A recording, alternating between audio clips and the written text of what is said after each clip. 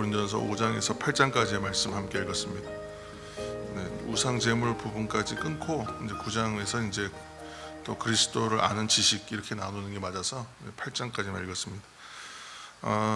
고린도 교회에는 그 영적 지도자로 인한 분쟁만 있었는가? 그게 이제 문제였다고 이제 지금 우리가 함께 먼저 나눴는데, 그리고 이것을 통해서 교회가 이제 영적인 성숙으로 나아가야 하는구나 하는 이제 그 과제를 이제 발견하게 된 것이죠. 그런데 문제는 이제 그런 순적인 기능도 있다. 그러나 고린도 교회의 문제가 그것만 있었느냐? 그것만이 아니라 더 이제 심각한 문제들이 계속 도출되는 문제들이 있었다는 거예요.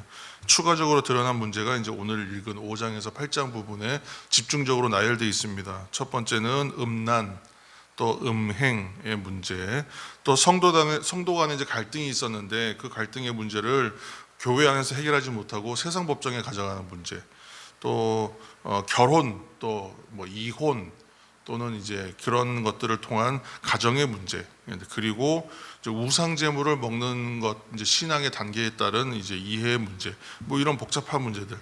근데 이런 문제들은 사실은 이제 그 말씀 가운데도 이미 얘기하고 있지만 직접적으로 구원이냐 아니냐의 문제는 아니다. 이제 먼저 이것은 믿는 자와 믿지 않는 자가 갈리는 문제가 아니라 이제 믿는 사람들 안에서의 초신자냐 아니냐, 또 믿음의 본질을 아느냐 모르느냐, 이 차이를 지금 가지고 지금 얘기하는 것이기 때문에 구원에 관한 문제는 아니지만, 그러나 구원 이후의 삶이죠. 구원 이후의 삶, 곧 우리가 말하는 성도들의 성화에 대한 성화의 삶, 성도로서 살아가는 삶에서 일어나는 문제들을 이제 다룬 것입니다. 앞서서 이제 음행과 성도들 간의 갈등, 성적인 부도덕성, 이런 것들은 우리가 이제 항상 얘기하듯이 이제 성도가 성도되지 못하게 하는 부도덕 또는 이제 윤리적인 문제입니다. 근데 이 문제가 지극히 개인적인 문제로 이제 국한되어 있느냐? 그렇지가 않고, 이 문제는 사실 가정, 개인의 문제를 뛰어넘어서 교회를 뛰어넘어서 사회적인 문제죠, 사실은. 이것은 그래서 먼저 이 바울은 이 문제를 그래서 좀 심각하게 본 겁니다. 그래서 아주 지적을 하는 거죠. 드러난 이제 음란이나 음행의 문제를 이제 심각하게 보는 거예요. 그래서 6장 이제 13절 말씀을 이제 한번 보시면, 6장 13절 말씀을 보시면 우리의 몸은 음란을 위하여 있지 않다. 우리의 몸이 존속되는 목적은 그것이 아니다. 그렇죠? 우리가 자유가 있지만 그 자유는 그런 자유가 아니다. 말이 이제 그렇게 되는 겁니다. 그래서 6장 13절에서 몸은 음란을 위해 있는 것이 아니다. 18절에 보시면 음행을 피하라. 이렇게 이전에 아예 권고에 넘어서 명령의 수준, 경고죠, 경고. 음행을 피하라. 강력하게 경고하고, 그리고 성도의 몸은 자기 신의 것이 아니라 성령의 전이다까지 나아가죠. 그래서 이제 6장 20절 말씀 한 절 읽겠습니다. 6장 20절. 6장 20절. 값으로 산 것이 되었으니 그런즉 너희 몸으로 하나님께 영광을 돌리라. 아멘. 이미 내 몸이 아닙니다. 우리의 몸이. 그래서 주님께서 주의 기도를 통해서 우리가 지금 나눠가고 있는 주일의 이제 말씀 가운데서 우리가 깨닫는 것 중에 하나가 아버지의 이름을 거룩히 여김을 받으시도록 하라 그랬는데, 이것이 결국은 하나님께 영광되는 일이 무엇입니까? 하나님을 기쁘시게 하는 일이 무엇입니까? 하나님의 이름이 거룩하게 되기 위하여, 그 일을 위하여 우리가 할 수 있는 일들이 무엇입니까? 우리가 무엇을 해서 하나님을 거룩하게 만드는 것은 아니에요. 그렇게 할 수는 없어요. 그러나 우리가 어떻게 해야 하는가에 대한 이야기는 할 수 있잖아요. 그래서 무엇이 영광되게 하고 무엇이 거룩함에 참여하는 것인가, 이렇게 종합하면 자녀로서, 또 성도로서, 또 뭐 제자로서, 하나님 나라의 시민이요 백성으로서 어떻게 살아야 하는가, 그에 대하여 우리는 합당하게라고 이제 말할 수 있다. 둘째는 뭐 달리 표현하면 그에 걸맞는 생활, 이렇게 표현해도 되겠습니다. 그렇게 살아야 한다는 것이죠. 그래서 사도 바울은 고린도전서에서 이러한 사람을 가리켜서 이제 어저께도 말씀드렸던 것처럼 신령한 사람이다. 신령한 푸뉴마티코스, 성령의 사람이다. 두 번째는 또 온전한 사람이다. 이런 표현들을 쓴다고 말씀드렸습니다. 그래서 결국은 성도는 이러한 삶의 자리까지 가야 되고 우리가 어떠한 사람이 되어야 되는가에 대하여 또 방향성을 가지고 간곡하게 권면하는 모습들이 계속 드러나고 있어요. 그래서 이제 이것이 신앙의 선배가 신앙의 믿음의 선생이나 믿음의 선배로서 누군가가 나에게 해주는 이야기처럼 그렇게만 들어도 굉장한 교훈이 됩니다.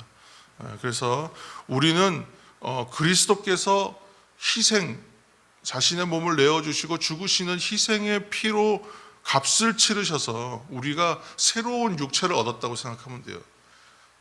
몸이 완전히 바뀐 건 아니지만 옛날의 몸이 아니라 새로운 몸을 받았다라고 생각해야 돼요. 이제는 완전히 새로운 몸을 받았거든요. 이제는 그래서 이 새로운 몸을 이전에 했던 구습이나 이전에 했던 잘못이나 이전에 했던 잘못된 것들에 똑같은 일을 반복해서 그 몸을 또 다시 망치는 것, 그거는 좀 하지 않아야 되지 않겠냐, 이제 이렇게 생각할 수 있는 거예요. 그리고 또 다른 문제를 다뤘는데 세상 법정으로 가는 문제, 이거는 오늘날 교회에도 문제입니다. 그래서 교회 안에서 다툼과 분쟁이 일어나서 그 문제를 해결하지 못해서 그것이 교회를 뛰어넘고 교단을 뛰어넘어서 세상 법정 가는 거예요. 이거는 너무 비일비재하기 때문에 이제 놀랍지도 않을 정도가 됐어요. 예전에 처음에 세상 법정에 교회 문제를 호소한다고 했을 때 교계가 충격을 받았거든요. 그때만 해도. 근데 이제는 그 문제는 당연한 거가 돼버렸어요. 근데 이 문제의 원인은 법정으로 거기를 가느냐 안 가느냐의 문제가 아니라 이런 분쟁이 일어나는 문제의 본질이 뭐냐를 사실은 봐야 되는 거죠. 그래서 이 문제의 본질은 결국은 욕심이라고 그랬어요. 저는 욕심이라고 규정합니다.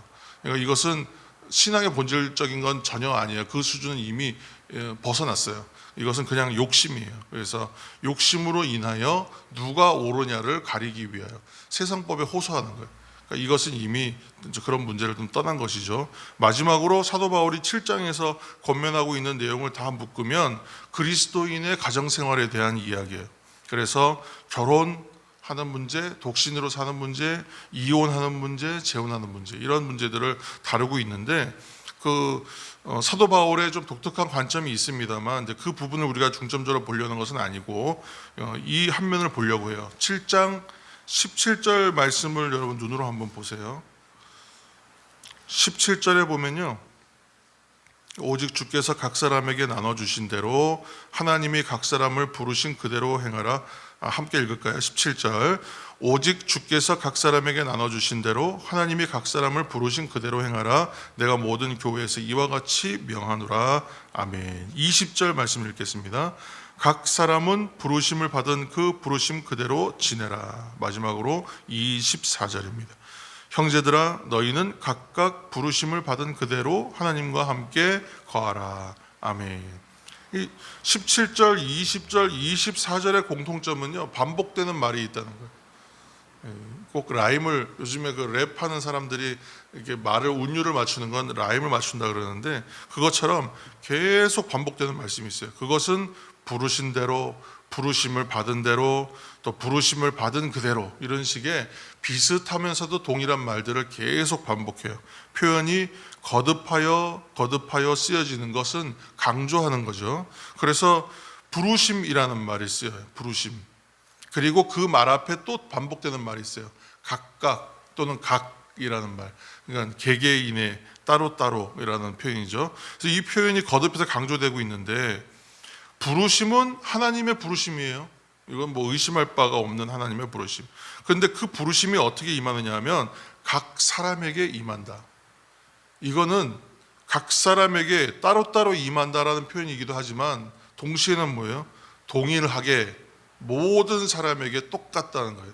예외 없다라는 말이에요. 그러니까 그 부르심 말 앞에 각각이란 말이 쓰였잖아요. 그래서 이 말인 즉슨 가정생활의 원리는요, 이처럼 각 사람에게 임하는 부르심에 근거하여 판단하라는.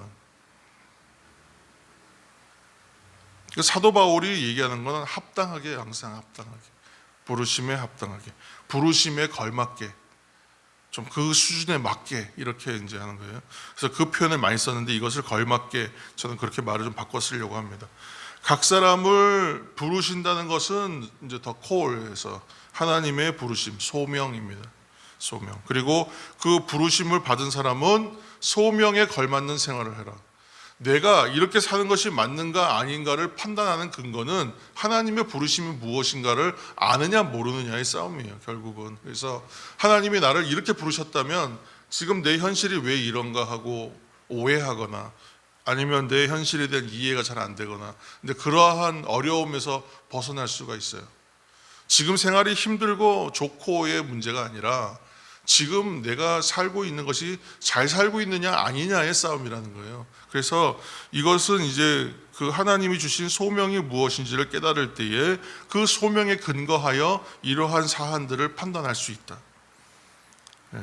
그래서 결혼도 이혼도 재혼도 독신으로 사는 것도 결국은 뭐냐면 정답은 뭐 그렇겠죠. 내가 자의로 결정하는 것이 아니라 하나님의 뜻에 근거하여 판단하라는 얘기가 될 것입니다. 그것이 올바른 자세이죠. 그러니까 결혼도 뭐 마찬가지, 개인적인 세상적 차원에서 일어나는 여러 일들도 똑같아요. 이 일들을, 어떤 중요한 일들을 결정할 때에 이 문제가 되는 건 뭐냐면 내가 좋은 대로 내가 원하는 대로 결정하느냐 아니냐의 싸움. 예전에 제가 청년 사역 할 때도 청년들한테 그런 질문들을 많이 이제 하고 물어봤었어요. 그래서 기도할 때에 이렇게 기도해 본 적이 있냐. 그래서 하나님, 이 사람 누구 이제 좋아하는 사람 생기면 하나님 이 사람입니다 하고 얘기하고 기도하는 것이 아니라 이 사람이 아니라도 좋습니다라고 기도해 본 적 있냐 하면 진짜 꿀먹은 벙어리가 됩니다. 그렇게는 못하는 거예요. 이미 내 눈에 들어온 사람인데 이 사람을 포기할 수 없다는 거예요. 그 부분에 대해서 굉장히 어려워하거든요. 그런데 결혼뿐만이 아니라 모든 일이 그래요. 하나님 뜻에 근거하여 판단하라고 하면 사람들은 두려워지기 시작해요. 왜냐하면 내가 좋은 대로, 내가 원하는 대로, 내가 옳다고 여기는 대로 하고 싶거든요. 세상 법정 가는 이유가 뭐예요? 내가 옳다고 여기기 때문에 가는 거예요. 그것을 정당하다고 여기기 때문에 그것을 고집하는 것이죠. 근데 하나님의 뜻이 무엇인가를 판단하면 때로는 내가 져야 되고, 때로는 내가 포기해야 되고, 때로는 내가 손해볼 수도 있어요. 그것을 감수할 수 있어야 되는 것이죠. 자기 십자가를 지는 삶이 간단하지 않을 것이라고 우리는 알고 있었잖아요. 그래서 이 하나님의 뜻이 어디에 있는지를 늘 판단하면서 가면 이 판단에 어려움은 사실 없는데, 근데 어떤 문제에 대해서 내가 판단했다가 하나님 뜻을 물으면 거기에서 큰 오류가 발생하는 경우가 생깁니다. 그러나 하나님께서 나에게 그 길들을 주시는 이유는 나로 하여금 잘못되게 하기 위해서가 결코 아니잖아요. 하나님께서 그렇게 나에게 주신 길들을 걸어감에 있어서 두려움이나 어려움은 사실은 없습니다. 근데 이 문제에 대해서 어려운 것은 여전히 내가 원하는 바와 내가 하는 바에 따라가는 내 마음대로의 인생이기 때문에 생기는 문제라는 것입니다. 사랑하는 새벽의 성도 여러분, 한번 그렇게 고민했으면 좋겠습니다. 지금 나는 어떻게 생활하고 있는가? 또는 내 주변에 또 내 자녀, 내 가족들은 어떻게 생활하고 있는가? 그렇게 한번 돌아보는 시간이 되었으면 좋겠습니다. 함께 기도하며 나가겠습니다. 나는 누구인가? 나는 어떻게 살아가야 하는가? 내 뜻대로, 내 마음대로, 내 생각대로, 내가 옳은 대로, 나의 판단대로, 나의 결정대로 사는 것은 누구나 할 수 있습니다. 그러나 하나님의 사람으로서 하나님의 뜻을 분별하여 말씀대로 성령 안에서 하나님의 나라를 사는 것, 주께서 부르심에 합당하게 살아가는 것, 주의 부르심에 걸맞게 살아가는 것은 누구나 할 수 있는 것은 아닙니다.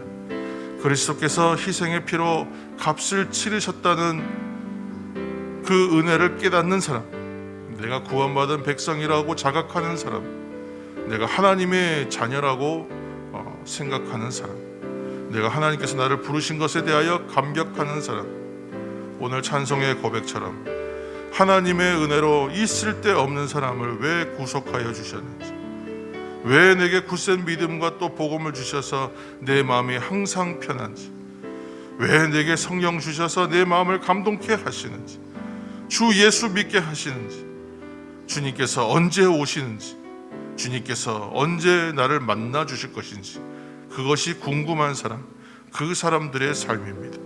세상과는 같을 수가 없습니다. 세상과는 동일한 방향일 수가 없습니다. 세상 사람들처럼 살아갈 수가 없는 것이 자기 십자가를 지고 가는 성도의 삶입니다. 하나님, 나는 지금 어떻게 생활하고 있습니까? 하나님, 우리는 어떻게 살아가고 있습니까?